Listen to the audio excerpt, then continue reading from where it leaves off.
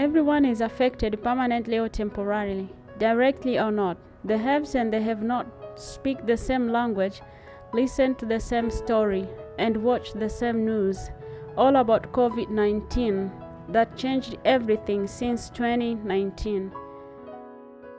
The emotional and psychological instability became a strongest threat to mental ability, wondering why we don't see them as a serious disability while business as usual is next to impossibility.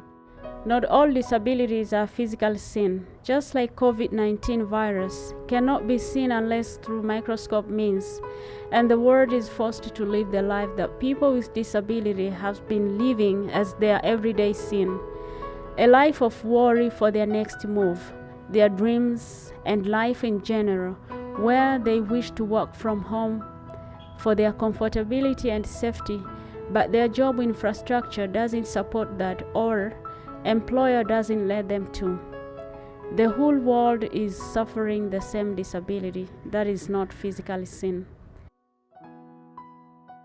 Like other person with blindness, Baraka has to use his hands a lot, touching surfaces to move about as a street hawker in high crowded areas and streets like bus stand, the market, local auctions, etc., calling out for customers to buy his merchandises. He cannot social distance as he often needs to have a guide in the most busiest places, and more than that, he needs to save his customers at closer range due to his blindness.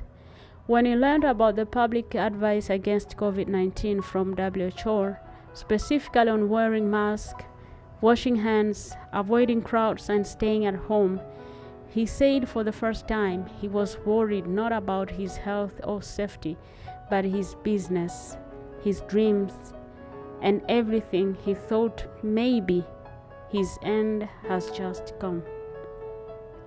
He was psychologically and emotionally stressed and disappointed.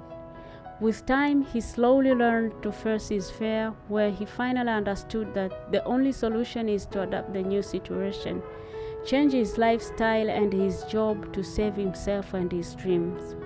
Knowing his health is number one wealth and his safety is his security, he firstly changed his business from street hawking to chicken poultry business so he can work from home, avoiding crowds and never going out if not necessary.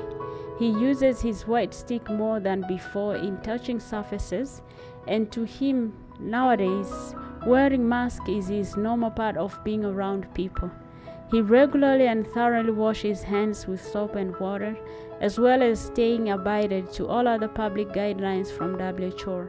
He speaks out about the challenges and problems he's going through with the people he trusts to keep him away from emotional and psychological pain. He writes music and learns more about his new poultry business in his free time to keep his mind busy and away from worries and stress.